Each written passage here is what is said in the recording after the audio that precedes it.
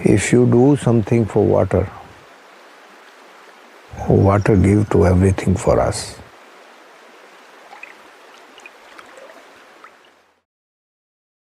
Thousands of people are using their bare hands to dig more than 8,600 giant pits in the middle of the desert. They are trying to revive a river that has been dry for 60 years. Hydrology experts insist this is madness. Satellite maps have erased the name of this river, and official reports declare that the groundwater has been permanently exhausted. Despite every warning and all the ridicule, these villagers kept digging for an entire decade. And then, the impossible truly happened. The Arvari River suddenly came back to life and began flowing all year round. It even lowered temperatures and completely changed the climate of an entire large state region, leaving the scientific world stunned. How did cheap piles of mud and earth defeat the engineering technology of an entire nation? For 60 years, the Arvari River was nothing more than a dry, sandy trench. The groundwater level had fallen to more than 100 meters below the ground. According to international geological standards, this is a gray zone, a place where water cannot be restored by natural methods. The consequences of past misguided intervention turned this land into hell. 25% of the population abandoned their villages and left because not a single drop of drinking water remained. Those who stayed had to stand in line waiting for government relief water trucks, which came only once a week and were often cut back. Agriculture collapsed completely. The land cracked so badly that no kind of plant could take root. Satellite maps showed desertification advancing at terrifying speed. The government responded by bringing in modern machinery. They drilled wells hundreds of meters deep with diamond drill bits. And what was the result? Only dust blew up from beneath the earth. Giant concrete dams worth millions of U.S. dollars were rushed into construction, but they only caused rainwater to evaporate faster within hours after it fell. High technology had failed completely before the harshness of nature. But this collapse was only the beginning of a far more daring experiment. Why did trillion-scale mega-projects fail? The answer lies in the nature of concrete. When the government built large dams and steel pipeline systems across the desert, they were trying to carry out one single idea: trap the water. But in a land where temperatures regularly reach 50 degrees Celsius, keeping water on the surface is a fatal mistake. The burning sunlight causes the water to evaporate rapidly before it has any chance to sink into the ground. Even worse, concrete is the very thing that kills the soil. It creates a complete barrier layer, preventing the land from exchanging moisture and air with the environment. The more concrete dams are built, the more isolated and depleted the groundwater becomes. This is a destructive cycle that modern technology cannot solve. In the year 1985, a doctor named Rajendra Singh appeared with an idea that went completely against modern technology. He was not an engineer, yet he wanted to change an entire ecosystem by building crude dams from local earth and stone. These structures were low and small, and at a glance looked like nothing more than ordinary piles of mud.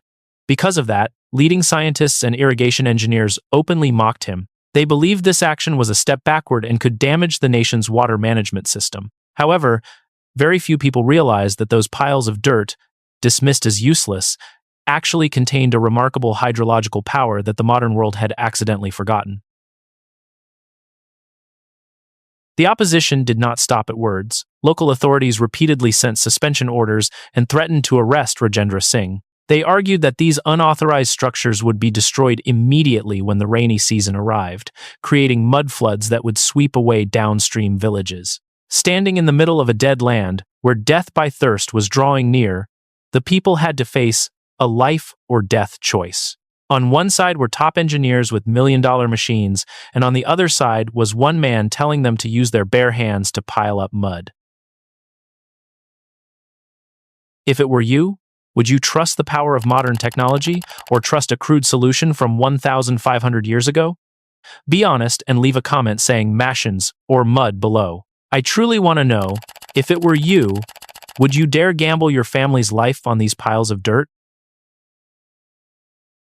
Doubt and tension reached their peak when the black clouds of the first rainy season began to gather. Everyone, from government officials to frightened villagers, held their breath, waiting for a disaster of total collapse. But what no one could have imagined was the extraordinarily complex scientific mechanism hidden inside those simple piles of mud.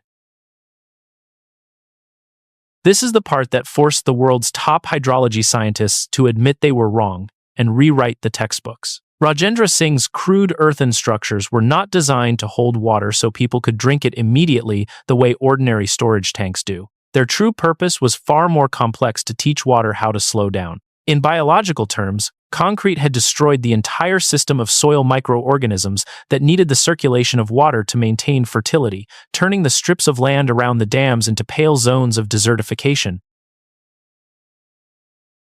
In conventional engineering, people try to stop water flow with vertical concrete walls. But here, thousands of johads were placed at strategic points along hillsides and valleys. When rare rainstorms fell on the desert, instead of letting the water race across the ground and vanish into the air, these half-moon-shaped structures acted like a hydraulic braking system. The water was forced to stay still, and once the water stood still, a physical process began. It slowly seeped through geological layers and made its way into the empty spaces inside underground rock and sand. Instead of facing the extreme sunlight and being evaporated, the water was hidden deep underground.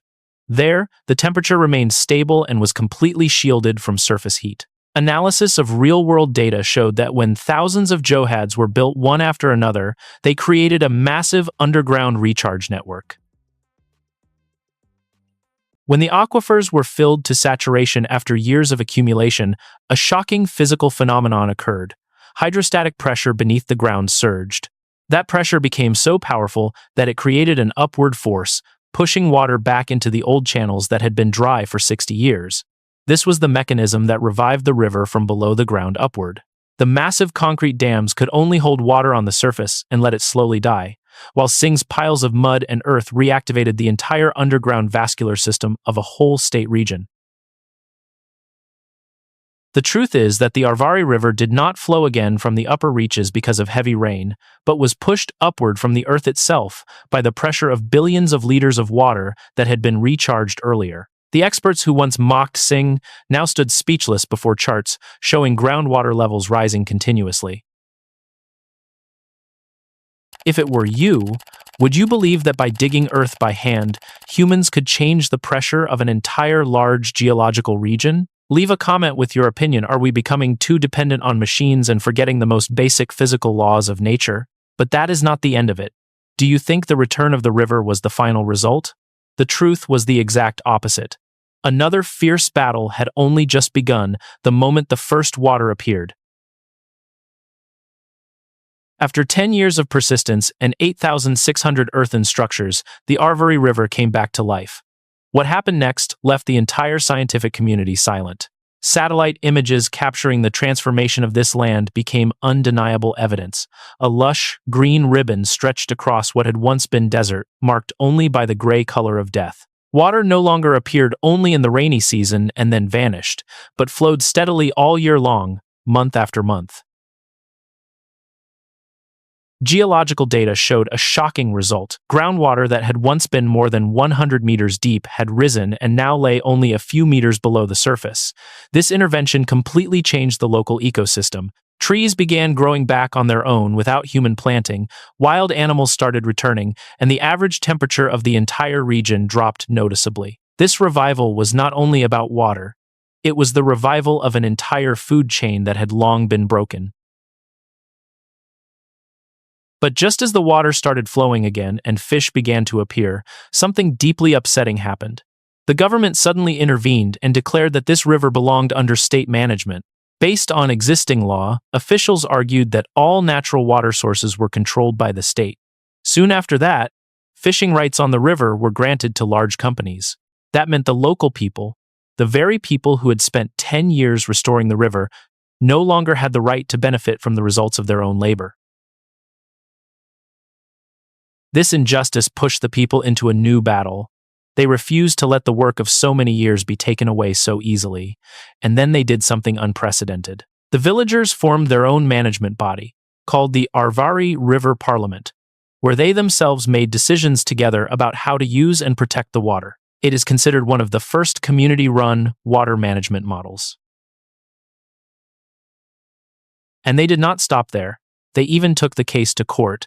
Their argument was very clear. This river was not only a gift of nature, it was also the result of years of labor and effort by human hands. In the end, they won the case. The court recognized that the local community had the right to take part in managing the water source that they themselves had helped restore. This was not only a legal victory, but proof of something important. When people act together in the right way, they can create changes that no one previously believed were possible. However, if you think this is only a beautiful story from a distant rural region, you are mistaken. In reality, this is a warning for the whole world today. As the water crisis grows more severe, one major question is being asked: why do so many places keep investing billions of dollars in gigantic infrastructure when sometimes the simple solutions created by local communities can deliver more sustainable results? What happened at the Arvari River is the clearest proof of one truth: every large-scale human intervention that goes against the laws of nature leads to disaster. On the other hand, when humans act in harmony with the way the earth works, the results can be astonishing. This is absolutely not just the story of one rural area.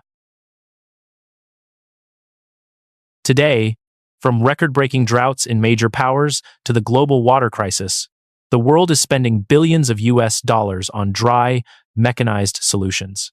Desalination plants consume enormous amounts of electricity, and water pipelines stretching thousands of kilometers across continents are only temporary and highly risky solutions.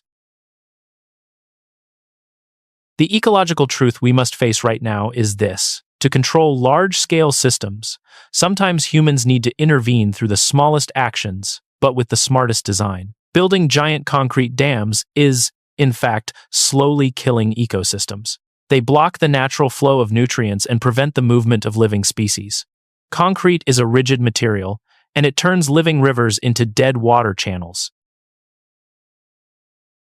Meanwhile, the cheapest and most sustainable solution lies right beneath our feet. It lies in the structure of the soil and in the way we allow rainwater to seep into the ground instead of letting it evaporate on the surface. This earthen dam model has proven that storing water underground is more effective than any artificial reservoir. Underground water is protected from sunlight, remains unpolluted, and provides stable life support for an entire region covering thousands of square kilometers. The real numbers will astonish you with the scale of this transformation. After more than 4 decades of relentless effort, this method has successfully revived many rivers that had completely disappeared and saved thousands of villages from vanishing because of water shortages. Lands that were once dry wastelands have now turned into green agricultural zones. The combined power of thousands of small earthen dams has created a local climate shift, lowering the temperature across the whole region and bringing life back. The final question for all of us is this: why is it that today, with all our supercomputers and the most advanced construction engineering available, governments are still spending billions of US dollars on concrete dams that are harming the planet? Why has such an effective and inexpensive method not been expanded worldwide? Could it be that modern humans have become so arrogant in their faith in machines that we can no longer recognize the simplest and most effective answers right in front of us? Leave your opinion in the comments section below. Do you believe in giant concrete structures, or do you believe in the human ability to understand nature and work with it? This is not only a story about water, it is a story about the future and about our own survival.